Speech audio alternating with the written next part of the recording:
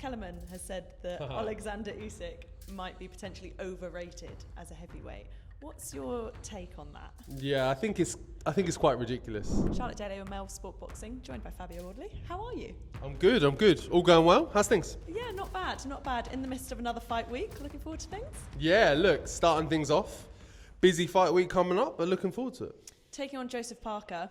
Now, I was thinking about this, and when Joe won his world title, you must have still been doing white collar at that time. Do you ever think about the different stages of the career and how far you've come now taking on someone like him?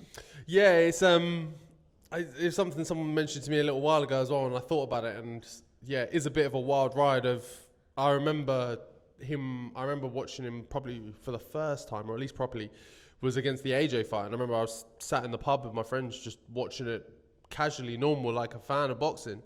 So yeah, it's funny to see kind of how life goes and how things all pan out 10 years later. And if you beat Joseph Parker, you could be on for the Alexander Usyk fight, which is a undisputed title fight. Do you think that would be one of the best narratives of boxing, going from white collar to undisputed bout? Yeah, don't get me wrong, there's some great stories in boxing over the years, but I definitely think going through all that and getting all the way to there would definitely be up there. Yeah. Look, Joseph Parker's in the way first. Obviously, got to get through him. People are talking about your equaliser a lot going into this and the power. Do you think people are thinking too much about that as your game plan, weighing it all on the power punch? Yeah, maybe. I think maybe using it as like, oh, well, as long as he relies on that, it'll be okay. And don't get me wrong, it's nice to have in the back pocket. It's nice to have there to use, but it's never my plan A. The plan A is, look, follow the game plan, box properly, do the right things, and the outcome will come, to be honest, however you want it, whether it's going to be a knockout or a points victory. Now, it seems very unlikely because people look at my record and just assume I'm going to knock them out. So, yeah, look, maybe it takes a bit of distraction away from my actual skills, but I guess maybe that does me a favour. Yeah, I mean, 95% or so knockout rate is hard to not look at that. The last fight against Justice Hooney, obviously people were talking tactically about that being down on the cards, but then getting the victory anyway. How much do you think you have developed tactically within that window from that fight to this fight? Yeah, massively. I think one thing I've proven in my career is that I can either box a certain way, things not go too well, maybe get things a bit wrong, and then come back around and clean it all up and do it properly the second time around. And that's, to me, that's all that Justice Hooney fight was. It was a new opponent, and new in the way he fought, in his style, something new for me that I've come against anyways. And having to figure it out in the moment in the fight, and then having that opportunity after, obviously getting the win, and then looking back and going, actually, okay, look, we need to clean up this, and sort these bits out. And it just makes me a way better fighter going into this fight.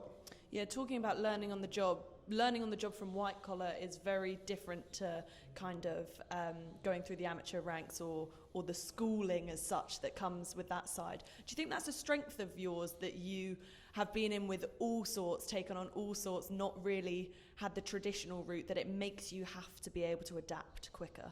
Yeah, I think so. I think it's definitely played a part because I didn't have the long history of not even amateur boxing, but just boxing as a whole to kind of fall back on and go, actually, okay, this is what you do in the situation, or this is what you do then, and plan for it. When new things cropped up in front of me, I had to figure them out in the moment on the fly. So it is a skill I've developed over time, which serves you well going into bigger fights and bigger challenges. Back at the O2 as well, fighting there. That place must kind of have a little bit of your soul now after that fight with Fraser Clark, the first one. Does it? Does that bring back those memories now, stepping back into the O2 for this fight? Yeah, definitely. That place will forever hold a piece of me somewhere. There's probably still some of my blood on the floor or something like that. But yeah, that's, for me, it's an extremely memorable arena for a number of reasons, for a bunch of different fights there. I think I boxed there 7-8 times or something like that. So yeah, it holds a special place in my heart. But at the same time, it feels very familiar. It feels like home. Do you think that with that fight with Fraser, that's kind of shown you that you can go into deep waters? Because I know everyone says they can and they think they can, but do you think actually having done it and lived it now makes you even more dangerous because you know that you can survive in those dark places? Yeah, look, it's reassuring to have in the back in your back pocket. Obviously, there's not a place you're intending on going, but to know that you don't kind of crumble or things don't all go south once the fight is looking to go that way, or once you get a cut or you're down on the cards, however you want to look at it, to know you've got the heart, the resilience to keep going gives you that confidence of going that it's okay, even if things aren't going my way, I'm still going to stay level-headed, not going to lose control of things, and going to stay focused on the task. You've always loved a war, and I think that will always be in you at some points.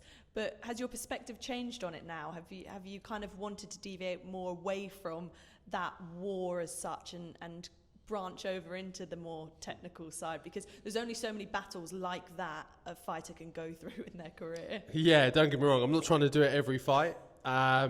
It's to know, it's for me, and I guess for my opponents, to know that, like, look, if you want to take it there, I'm happy to go with you there. It's no problem. I don't want to. I'd prefer not to, but if we have to, then it's no problem. I'll see you there in the centre of the ring and we'll see who's left standing. People always say that the best heavyweights have to be a little bit crazy, and you talk about that spark that you get when that list of names was read out and Joseph Parker was the one that got you all tingly. Do you think that the best heavyweights have to be a little bit mad to be able to do what you do? Yeah, heavyweights, well, I guess boxers as a whole across the board, to kind of pick this as a job and then not only just pick it and say that's what I want to do, but then enjoy it every day and keep coming back for more, in a sense. Yeah, I don't think we're the full ticket. I think we're missing something somewhere. Look, there's rumours of Alexander Usyk coming ringside for Saturday night. How does that make you feel, knowing that he could be there watching on? Yeah, news to me, but yeah, look, for now until then, just another face in the crowd. Don't get me wrong, it's interesting to have someone like him sat down watching my fight and kind of looking at it from that perspective, but I'm not treating it with anything too massive, not putting any more weight on it. But I think it'll make for an interesting call out afterwards. Face to face with these. Yeah. Look, there's a question we've been asking everyone because it's been circulating on social media and we're kind of getting everyone's take on it. Max Kellerman has said that Alexander Usyk might be potentially overrated as a heavyweight. What's your take on that? Yeah, I think it's quite ridiculous. There's no way he's overrated. And I listened to a small bit of the clip, and the names he was listing out for other people that other heavyweights, the people they've beaten and stuff. And I don't think you can take one and compare it against the other, because ultimately they're different time periods, they're different generations. And also he's speaking in a sense of like Usyk's done, like he's been finished for a few years, like he's not got more to do, or he's not got more in his career. I think a member of his team came out today and said, look, he's got another 3-4 years at least or something like that. So there's a lot he can achieve in that time. So yeah, I think it's a bit preemptive to kind of say his career, at least at heavyweight, is overrated, because of the top guys, he's taken them all out, really. There's no one really left for him, and done it all very much in convincing fashion as well, and done it twice. So it's a bit like, I don't know what more you want there. Yeah, he's beaten all of our Brits so far, so yeah. we need... Don't worry, guys. I got it. Do you think in general, though, whether it be broadcasters, media, or just the public, are too harsh on boxers? Do you think they don't give their flowers when they deserve them? I know, just thinking of Terence Crawford saying about after he beat Canelo, it's like, well, you were all saying I couldn't do it, and nobody comes back and says, oh, I was wrong. Do you think that people are too harsh on boxers in general?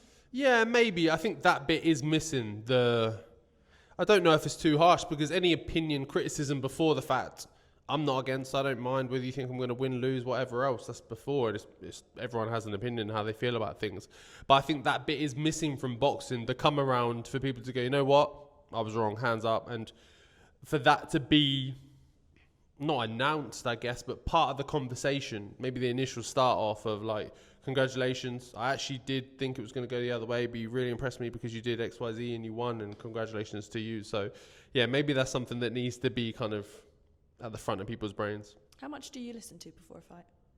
Not a lot, to be honest. Not a lot. Like, don't get me wrong, it's hard to avoid a lot of stuff. My feed is full of boxing things and news and whichever else, but I don't actively go sit there and looking at it all. I actually enjoy saving it all and watching it all after and seeing everyone's opinions before and then going, oh, well, the fight didn't go that way, did it? And watching it all back that time around. So I actually kind of save it almost like a bit of a treat and going, actually, let's bank all this stuff and watch it all later. Well, last one for you. You've obviously been around today. I don't know if you've bumped into Parker yet, but he has been in the building as well. Saw the face-off between the two of you. It was all very nice, cordial, as expected. But the end, little handshake, bit of a tug. Were you just letting him know what's what? Nah, just a bit of fun and games. Like you say, it's like relaxed, chilled before us. Like, this doesn't need all the drama. Neither of us is going to, it's not going to make the fight on Saturday more intense, or there's not going to be more action if one of us starts flipping the table or whatever else. Like, we're both going to put everything into Saturday night, regardless whether I shake his hand all the way through or whether he throws a can at me or something like that. Like, nothing's going to change. So, yeah, I don't think either of us feel the need to do that. It's not really in our natural personalities. So.